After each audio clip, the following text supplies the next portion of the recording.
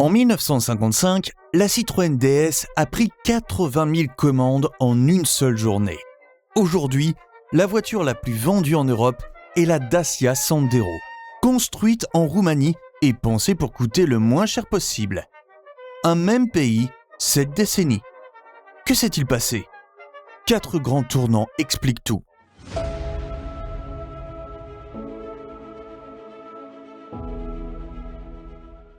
R1, l'âge de l'ambition, 1955-1975.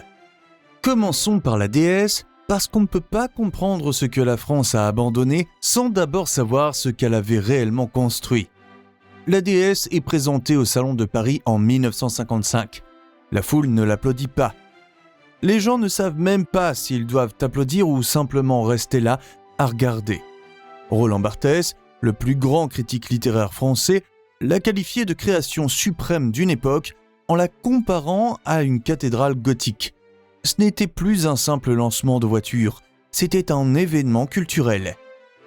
Et l'ingénierie méritait chaque mot.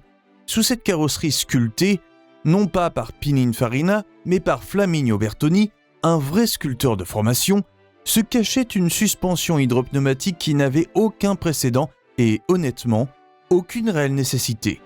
Un seul circuit hydraulique sous pression gérait en même temps la hauteur de caisse, les freins, la direction assistée et l'embrayage. Vous pouviez soulever n'importe quel coin de la voiture, le système compensait tout seul et gardait la caisse bien droite. Il existe une photo célèbre d'une DS roulant sur 3 roues après l'attentat contre Charles de Gaulle en 1962. La voiture a continué sa route, ce n'était pas du marketing, c'est de la vraie physique qui a fait quelque chose qu'elle n'était pas obligée de faire. Aucune autre voiture au monde ne fonctionnait comme ça, et surtout, aucune n'en avait vraiment besoin. La Mercedes 300 SL était rapide, brutale et allemande. La Jaguar MK2 était belle, stable et so british. Aucune des deux ne flottait. Aucune n'avait besoin d'un ingénieur hydraulicien pour expliquer comment marchaient les freins. Mais la France a regardé tout ça et s'est dit « ce n'est pas assez ». Ambition contre survie, en 1955, la France a choisi l'ambition et elle l'a choisie sans retenue. Ce choix ne s'est pas fait par hasard. La France d'après-guerre reconstruisait tout. Les routes, les usines, la fierté nationale. L'État voyait Citroën et Renault non pas comme de simples entreprises, mais comme des preuves. La preuve que la France savait encore inventer des choses que le monde n'avait jamais vues. Renault était déjà nationalisé, Citroën fonctionnait avec la même idée. Une voiture française, ce n'était pas seulement un produit, c'était une déclaration.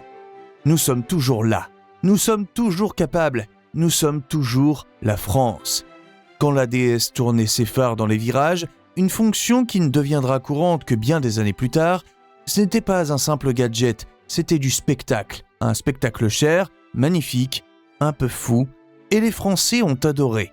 80 000 commandes en une seule journée. À une époque où le pays se relevait encore, les gens faisaient la queue pour une voiture bien plus chère que les autres et qui demandait un technicien spécialisé pour l'entretenir. Pas un mécano du coin, un spécialiste Citroën. Et c'est là que la tension commence, parce que la DS était géniale, mais difficile à vivre au quotidien. Le système hydraulique fuyait si on ne s'en occupait pas. Les sphères de suspension devaient être changées régulièrement. Les pièces étaient spécifiques, on ne pouvait pas bricoler. Un bon jour, conduire une DS, c'était comme rouler sur un nuage avec du caractère. Un mauvais jour, elle restait au garage en attendant quelqu'un qui la comprenne. Les propriétaires en parlent presque avec romantisme. Posséder une DS, ça demandait de l'effort, de la patience et une vraie connaissance mécanique. La France avait construit la voiture la plus avancée au monde et l'avait vendue à un pays qui n'avait pas toujours les moyens de l'entretenir. Ce n'est pas un échec d'ingénierie, c'est un problème de réalité. Ou peut-être un refus de se plier à cette réalité, ce qui est une forme de grandeur. La DS est restée en production jusqu'en 1975. À ce moment-là, le monde avait changé d'une manière que les ingénieurs de Citroën n'avaient pas prévue. La crise pétrolière était arrivée. Le prix du carburant avait doublé. Ceux qui rêvaient de sophistication hydropneumatique se posaient maintenant une autre question. Combien de kilomètres on fait avec un plein ? Cette tension entre vision et viabilité, elle n'est jamais vraiment partie. Elle n'a fait que grandir. R2, les premières fissures, 1975-1999. La crise pétrolière de 1973 n'a pas seulement fait augmenter le prix du carburant, elle a changé ce qu'on attendait d'une voiture. Du jour au lendemain, la question n'était plus « que peut faire cette voiture ?» mais « combien ça coûte à l'usage ?» La DS, qui avait besoin d'hydraulique spécialisée juste pour rouler correctement, est soudain devenue la mauvaise réponse à une question que plus personne ne posait. Les gens qui faisaient la queue en 1955 avec des étoiles dans les yeux commençaient à calculer la consommation et les factures d'entretien. Le spectacle technique avait trouvé un concurrent sérieux, la réalité économique. La réalité économique gagne toujours. Les constructeurs français avaient un choix à faire. Continuer dans la même direction ou s'adapter pour survivre. Et à chaque fois, la réponse a été la même. Simplifier, partager, survivre. Le premier grand pas arrive en 1976. Peugeot absorbe Citroën et crée PSA. Sur le papier, c'était une fusion. En réalité, c'était un sauvetage. Citroën perdait beaucoup d'argent, coincé entre le coût de ses ambitions et un marché qui ne voulait plus payer. L'ambition était devenue trop chère, simplement plus viable. C'est à ce moment-là que l'ambition est devenue un luxe. Le moteur V6 PRV arrive à la même époque. Peugeot, Renault et Volvo se partagent les coûts de développement parce qu'aucun ne pouvait plus le faire seul. Ce n'était plus de la collaboration, c'était une admission. Et à chaque fois, la réponse était la même, simplifier, partager, survivre.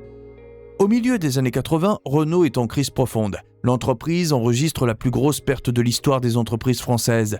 L'État doit intervenir pour la sauver. Renault, la marque qui symbolisait la force industrielle française, qui avait construit la 4 chevaux dans les ruines de l'après-guerre, avait maintenant besoin de l'argent public pour continuer.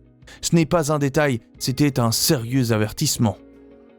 L'ironie est grande. La France d'après-guerre avait utilisé son industrie automobile comme preuve de renaissance nationale. 30 ans plus tard, cette même industrie demandait à l'État de la sauver de son propre passé. Ambition contre survie, et cette fois la survie n'était plus optionnelle. En 1999, le paysage n'avait plus rien à voir avec 1955. Les marques françaises ne présentaient plus de grandes innovations techniques.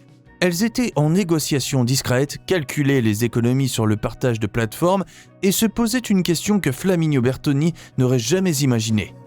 Plus que pouvons-nous construire, mais avec qui devons-nous nous associer pour survivre ? Cette question avait une réponse et personne ne l'avait vu venir. R3, l'Alliance et la Sandero. 1999 à 2014. La réponse appelée Carlos Ghosn. En 1999, Renault signe une alliance avec Nissan. Pour beaucoup d'analystes, ça ressemblait plus à du désespoir qu'à une grande stratégie. 2 entreprises en difficulté qui se tiennent la main. Mais Ghosn avait compris une chose essentielle. Tout change quand on passe à l'échelle mondiale. Quand on construit pour un seul pays, on optimise pour ses routes et ses goûts. Quand on construit pour 30 pays à la fois, on optimise pour la simplicité, la solidité et des pièces disponibles partout. L'alliance Renault-Nissan n'a pas seulement sauvé 2 entreprises, elle a complètement changé la façon dont la France concevait ses voitures. La Dacia Logan arrive en 2004, puis le Sandero en 2008. Moins de 8 000 € au lancement, construite pour durer et pour être réparée facilement n'importe où dans le monde avec des outils plus que basiques. La DS avait besoin d'un spécialiste. La Dacia Sandero, elle, n'a besoin de presque rien. Ce n'est pas une critique, c'est tout le sens de l'histoire. Ambition contre survie. Et en 2008, des millions d'acheteurs avaient fait leur choix. Les propriétaires de DS vivaient de la magie certains jours, mais aussi de l'inquiétude les mauvais jours. Quand le système hydraulique tombait en panne, c'était souvent complet. Avec la Sandero, ce drame n'existe presque plus. Elle démarre, elle roule, elle ne demande rien. Pour celui qui a simplement besoin d'aller au travail, ce n'est pas un compromis, c'est exactement ce qu'il veut. Les acheteurs de DS achetaient une certaine idée de la France. Les acheteurs de Sandero achètent la tranquillité. Pas de grosses factures, pas de complications, pas d'angoisse. En 2014, PSA elle-même a dû demander un sauvetage de 3 milliards d'euros à l'État. Le modèle qui avait fait la fierté de la France pendant des décennies était cassé. La Sandero se vendait mieux, non pas parce que les gens avaient moins bon goût, mais parce qu'elle répondait aux vrais besoins de la majorité. R4, Stellantis et la nouvelle réalité, 2014 à aujourd'hui.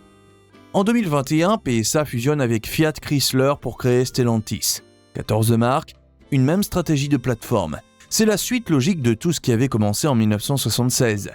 Aujourd'hui, quand vous rentrez chez un concessionnaire, vous voyez que la Peugeot 208, la Citroën C3 et l'Opel Corsa reposent sur la même base technique. Même chose pour la DS. Le nom DS est revenu, les showrooms sont beaux, mais la philosophie a changé. N'est pas du cynisme, c'est un choix clair. Vous avez un badge DS sur une voiture que n'importe quel garagiste peut entretenir, mais vous n'avez plus cette impression qu'on a passé 10 ans à résoudre un problème que personne n'avait posé, juste parce que la solution était extraordinaire. Conclusion.